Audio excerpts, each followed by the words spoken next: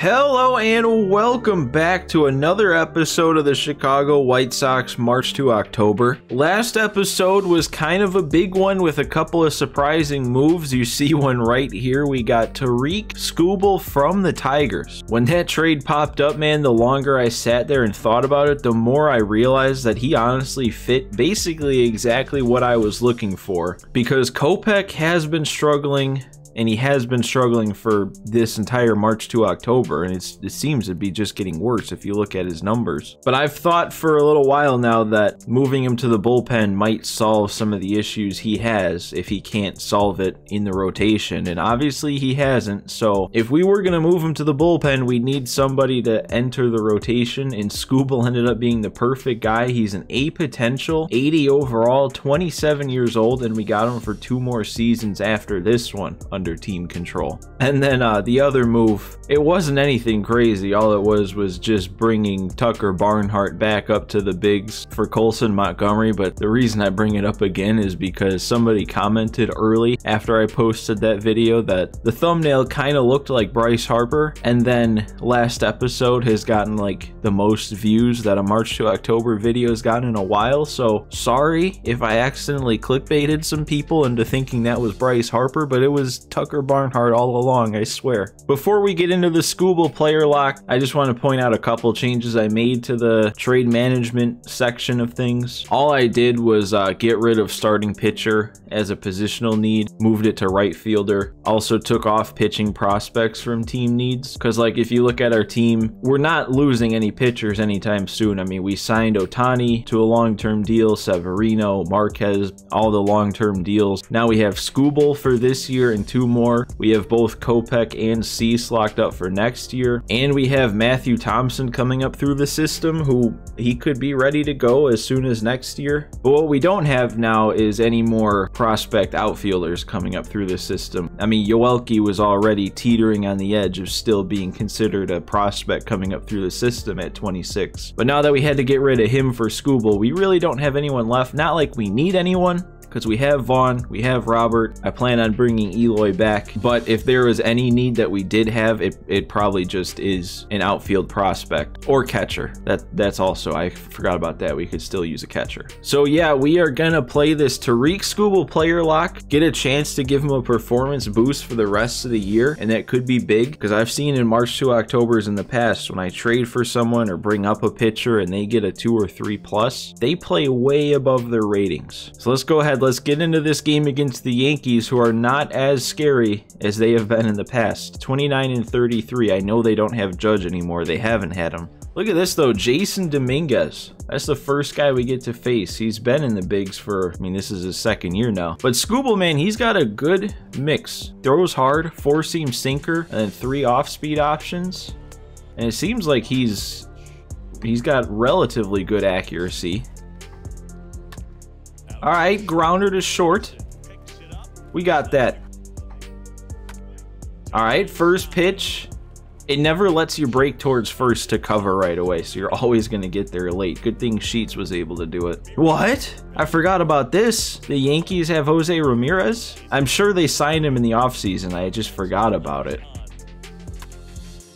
And another ground ball. That one was hit a little harder than I'd want it to be, but solid first inning, 1, 2, 3. They do still have Stanton, and man, he's batting 325. Is Stanton back? Well, look at those ratings. That's pretty good. Oh my God, look at Sheets. We're gonna get there in time. This is also, I completely forgot, this is Skubal's first start of the year. He'd been coming out of the bullpen for whatever reason for the Tigers, and man, he's getting everyone to 2 strikes and then just can't put them away. I thought he had pretty good strikeouts per 9. I guess it is only 68. I just went and checked. I thought it was in the 70s. Another one. There we go. Circle change out in front. Another grounder to first. Sheets is going to handle it again. 5 ground balls and a strikeout. Another ground ball. That's going to be another out. This is amazing. Keeping everything on the ground if you don't strike them out. There's the first fly ball, but it's a weak one out there to Robert. I don't know how they're gonna rate this performance. I mean, obviously we still got a ways to go, so we don't know what's gonna happen, but if he goes long in this one, if he goes 7, 8 innings, doesn't allow runs but only strikes out a couple of guys, I wonder if that's gonna still be a 3+, or if they're not gonna give us the full if we don't start racking up some Ks. That's another pop fly. Missed the spot. Wanted to get that up. But that's 9 up, 9 down. Either way. Still haven't gotten any run support, though. There we go. That one got up above the zone and got a strikeout. Another ground ball on a 3-2 count. Right to third base. Oh, okay. I thought that was more of a blooper. But that's right to Vaughn out there. 49 pitches heading into the start of the 5th. Little over halfway energy. I mean, Skubal definitely has a lot better of a stamina rating than Kopech. That's probably what's going to make him, at least I hope, better as a starter. But it's not like he's got crazy good stamina. It's like 73, 74, I think. So we'll have to see how far he's able to go into this one before things get dicey. Stand another grounder, but that's through the shift, and that frustrates me a lot because when I am playing and I'm in control of everything, I don't have auto shifts on. We would have had a guy there. That'll get us right back to facing the... Nope, it won't. Okay. Could have been right back to facing the minimum. That one's hit pretty well. We got a guy there though, right? Yeah, Luis Robert.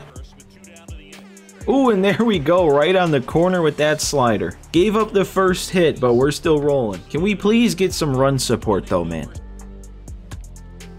That one's getting up the middle. So there. Even if with the shift last time, that shouldn't have been a hit, now there's a hit. Now there's no excuse. There we go, another strikeout. Up to 70 pitches. Probably not too far away from the yellow. I wonder how far. I mean, the CPU always likes to overextend, so I bet as long as we don't start giving up runs, we still got plenty of time left. That needs to be caught by somebody. There we go. Another grounder. We got a guy there. That's 6 scoreless for Skubal in his White Sox debut. Another grounder rolled over. Moncada's there. We got him. This is the scary one, though, with Stanton coming up. We just hit yellow energy. So if it were up to me, this would probably be his last inning. Yeah, that's staying in. All right. Never want Stanton to hit the ball in the air. Pop fly. That one might have some carry.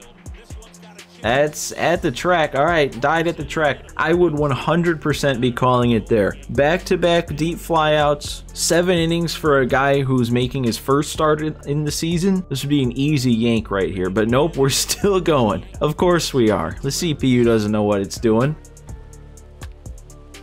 Grounder, that's gonna get through. Is that gonna be the nail? No, we're still going. All right. That slider was right down the middle. That could be 2, though. Good throw this time. There we go. That's me. I got to make that play. We got speed running. Is he? Oh, my God. What a play. Skubal just made one of the best plays a pitcher can make. And we're still out there. Oh, no. With only a 1-run lead, you have to be kidding me. We've got one of the better closers in the league, and you're going to throw this guy out there at 100 pitches in his first start of the year?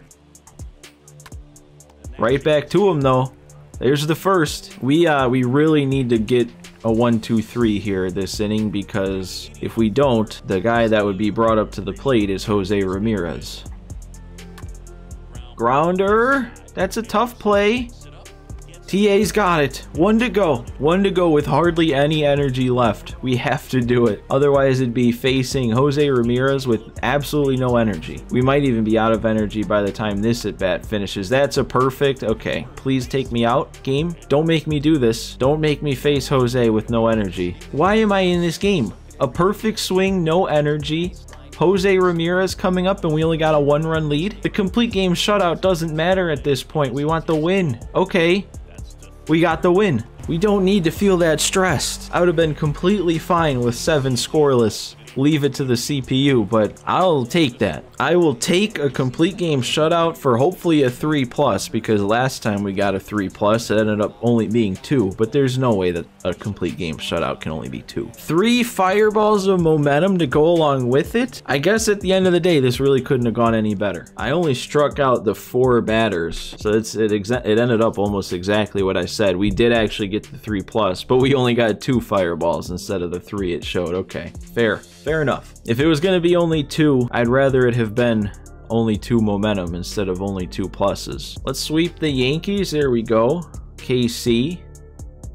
Oh my god. Wait, it's a fast track. I thought this was a call-up. This is too funny, though. So Dylan Bundy was another one of those random signings to our system who was never gonna be anything. He's never coming back up to the bigs, at least on my team. So I don't know, man. I mean, could we have not gotten a fast track for any of our other starters that have a chance of making it? Like Matthew Thompson or even Jared Kelly, someone who's younger. There's no reason not to do this, but there's also no reason to do it. And I kind of don't just want to spend another potential 9 innings just pitching, this time with someone who it's not going to do anything for. I mean, he is dominating in AAA, which is kind of funny. He's actually improving at 31 with a C potential. I don't know. Should I do it? Because who knows? Maybe I dominate. Maybe he gets up to a 74 and then maybe someone wants to trade for him. All right, you know what? I'm going to do it. I'm gonna do it, but I won't make you watch too much of it. I'll edit most of this outing out pretty much, but I feel like I shouldn't turn it down just out of laziness. You know, I didn't even think that after this there is that potential call-up opportunity. Yeah, there's no spot for him anyway. Even if he gets like a +12, +6 in a fast track and +6 in a call-up, he still wouldn't be good enough to make our major league team.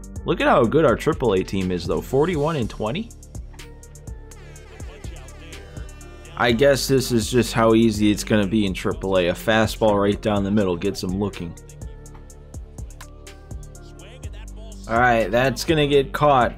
That's 3 innings of hitless pitching for Dylan Bundy now. And he's only on 31 pitches. And that at bat was a 10 pitch at bat, I think. Alright, well, now that's 6 perfect innings for Dylan Bundy here in AAA. Oh man, am I really about to do this with Dylan Bundy in AAA? And he's only had 55 pitches too. I left that part out. There's 7 innings now. 2 to go. 6 more outs for a AAA perfect game. All I'm doing now is trying to figure out how to truthfully clickbait a title where I say something about a no-hitter or perfect game in the same video as Tarik Skubal's debut. And that's 8. That is 8 perfect innings. This is legend difficulty still. Don't forget it. Only 73 pitches on the board. 7, 8, 9 to go. It's all that stands between Dylan Bundy and a perfect game in AAA. I really want to finish this mostly out of curiosity. How big of an upgrade do you get when you throw a perfect game in AAA? Like, what if it's just like secretly hidden that if this happens, he just becomes like a 90 overall? We're gonna get there, right? Yeah, okay. That's 1 pitch right to the first baseman. We are on to our last hitter, but ironically, this guy, Ryan Lavarnway, he's probably given me the 2 toughest at bats so far, or at least the first one was. First pitch, pop fly. We got a guy there. I don't feel excited. This is like the least exciting a perfect game could ever be, because I did it with a 31-year-old 69 overall Dylan Bundy in AAA. But that's it. There's my first perfect game in what, 4 years of doing March to Octobers on the channel. I think I've completed a no-hitter key moment, but I don't think it's ever been a perfect game. Are you Oh, okay.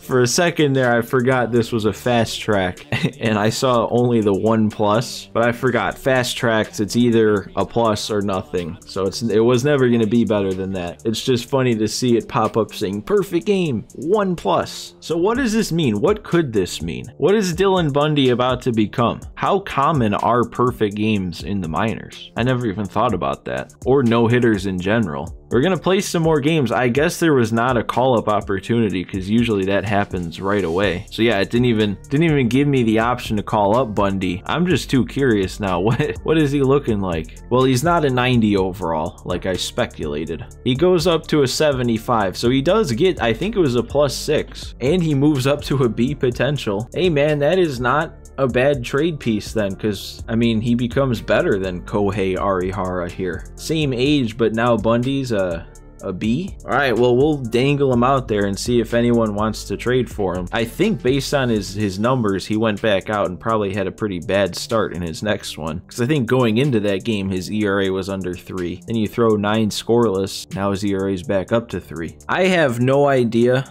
the timing on this episode right now, because all I've done is 2 pitching moments, which I feel like when I edit it down, that could literally end up, we could be at like 8 minutes in this episode, but I've already been recording for almost an hour, which is already a little bit longer than I typically record. But this next key moment here, well, I was gonna say it's only 1 inning, but you never know, because we're the ones down 1, and if we score 1, who knows how long this one could go. But we'll play it. We'll see what happens. We'll see if we can make this comeback down 1 with 1 out in the 9th. I'm never good at these. I never have been good at these kind of moments. We got Angle on first though, so speed, ball in the gap would tie it most likely.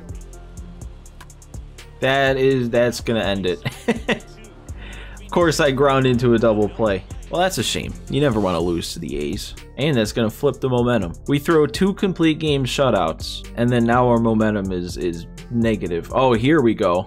Here's the Bundy call up. We're not going to do it, even though it would be fun if he gets another +6. He'd be an 81. And who knows, they might even bump him all the way up to an A potential. Not like that really matters with his age. But yeah, even if he does get up to an 81, the only righty in our bullpen he'd be better than is Graveman, and it'd be by 1 overall. I don't think Bundy would be considered better than Graveman, even if he's 1 overall higher. Man, it would be interesting though if this whole Dylan Bundy saga happened before the Skubal trade, or if the Skubal trade never happened and then this happened. If we never got Skubal and Kopech was still struggling as a starter, I could definitely see if this was, you know, if we could rewind time, find the splitting point, not trade for Skubal, and then see where we'd be at now. I would definitely be doing this. I would probably be willing to bring Bundy up, try and get him up to an 81 overall, and then have him start as the 5th guy in our rotation at an 81. But there's no reason to do it. So yeah, we're gonna leave him in the minors. We're gonna keep simming without momentum. We're going against the Padres. This is, yeah, I forgot that we hyped up the Padres as a potential World Series matchup, because they're the ones in the National League. 54-23 is our record. They're not quite hanging with us anymore. Only a couple games back at 49-27. Oh, I was gonna not play this one yet. I was gonna leave it for the next one, but it's another one. Bottom of the 9th. We could finish this in like a minute or 2. I'm just gonna play it. Let's just play it. Let's just try and lock down this win. We got Cease looking to go for a CG. I'm probably going to take him out of the game. Oh my god, it's raining. Well, we got to see. How much energy does Cease... Okay, never mind. Apparently our manager now is some guy named Platt, by the way. Rain delay is expected to last an hour. Our starting pitcher was 8 1/3 through. I think we're going to warm up a fresh arm. Dude, what is happening to Liam Hendriks? Look at that. Look at his ERA. It's up to 4.45. Whoa. He's blown 2 more saves. Everything else, though, is like normal. The whip is right there with where it's been. He's still striking out a lot of guys. Not many walks. It's all the home runs, isn't it? Well, he's coming into this one where giving up another home run would lose us the game. Man, and Machado's the one that's up. I don't know how to approach this. I don't know how to attack this. Oh, a perfect on the slider. Well, no one's scoring because that was Grandal on second base. Huh. This could almost be a make or break spot here for Hendriks. If he is collapsing and then he gives this one up, he might not be our closer anymore. Oh, no, they're not chasing. They're not going to go anywhere. So they're not chasing in the dirt. They're going to foul off all of the heat upstairs. Yeah, I mean, who called it? Is Hendriks washed? This is like Josh Hader in real life this season. He came out of the gates without giving up a run, but then just fell apart. Oh my god. What am I supposed to do? Okay, that one luckily stayed in the zone. All right, 2 strikes now. They're still not swinging and missing at anything, though. There we go. Dribbler in front of home plate. We'll throw it to first. That was not stress-free, Liam. That was not dominant. That has me worried after seeing his numbers and then that being how that outing went. I mean, hey, we won. We got the win. That's all that matters in the short term. It's just now the mind is racing a bit. All right, that's going to flip the momentum back. Give us a little bit, actually. How far do we sim here? Because we're right about at the halfway mark. At least we won the series. I wish we would have gotten the sweep. Now we get a chance to sweep LA in a 2-game series. Man, and this is another one. They're trying to just get me to keep playing. I am going to save this one this time because like I said earlier, I have no idea the timing on this episode. I don't know what this episode was, guys. I'm sitting here an hour and a half later and I don't know what's going on. I mean, I just casually threw a perfect game in AAA. We had a complete game shutout with our new acquisition. If this episode turned out to be really long and rambly, I apologize, but that is where I'm going to call this one. Hopefully next episode we can refocus a bit and actually know what's going on. But guys, as always, make sure you leave a like on the video if you enjoyed it. If you're not subscribed to the channel and you're this far in the series, what are you doing, man? Hit that subscribe button for me.